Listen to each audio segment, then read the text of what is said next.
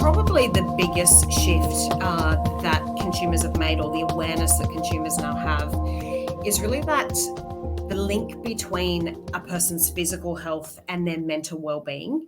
And we're seeing that as an overarching trend. As an organization who's based in naturopathic principles, that's not something new for us, but it is an emerging trend from a consumer perspective. There's a lot of link between how well you are physically and how that can have an impact on your mental well-being. And we are seeing this playing out in three areas. So the key areas that we see this play out in is across our Everyday Vitality range, which essentially is our multivitamins and our immunity range. We see this play out in our mental well-being range, and we also see this play out across our movement range. Probably the biggest shift, I would say, is the increase of millennials into key segments and traditional segments, which they haven't traditionally done before. So if we think about multivitamins and immunity, we're seeing a much younger, more engaged consumer enter that category. And that's really a reflection of what's happened in the last 3 years. And consumers, obviously, the impact of illness and the pandemic has had. And we see that consumers are wanting to take a much more proactive approach. The second area that we see consumers, we see the big opportunity and one of the biggest trends, and back to that connection to mental well-being, is the sleep category. That is one of the smallest segments in Australia, but one of the fastest growing. And what we see with that is that consumers are more and more understanding that the link between a good or a bad night's sleep actually has an impact on many areas of your health and wellness. And so when we see millennials who are often struggling, young families, work-life balance, the pressures of everyday life, we're seeing that consumers are actually, and these millennial consumers, are seeking natural solutions. So it is a segment that has had consistently high growth, and we predict that that will have consistently high growth.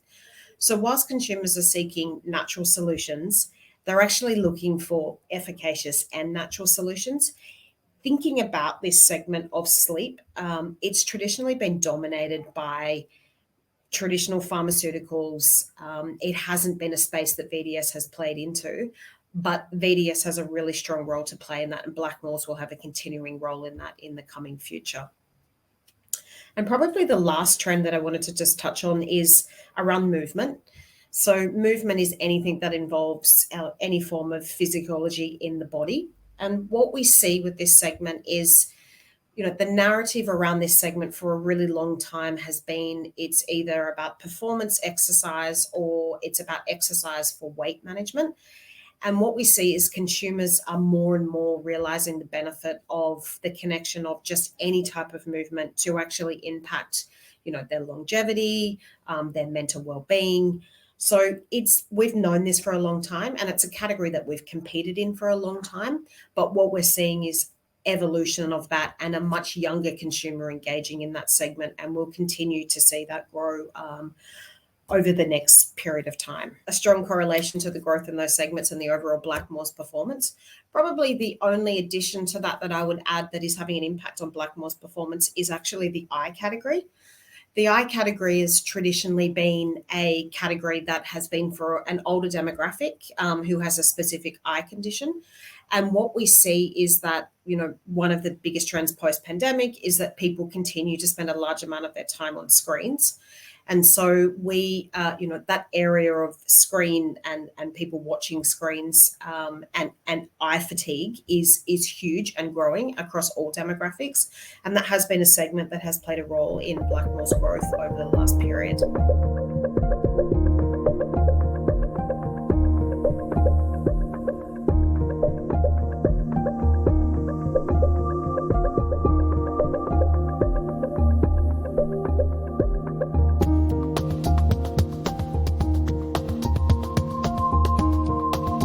Yeah, so from an innovation perspective and a new product development mean, the area of movement, it's not a new area, but it once again traditionally targeted to an older demographic.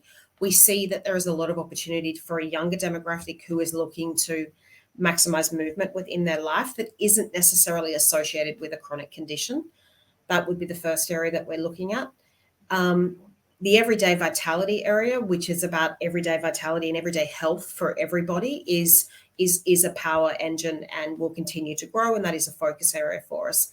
And the whole mental well-being space. So sleep is the first immediate opportunity, but beyond that, we see lots of opportunity in the stress and also the cognition area, which would be a focus for us in an innovation perspective.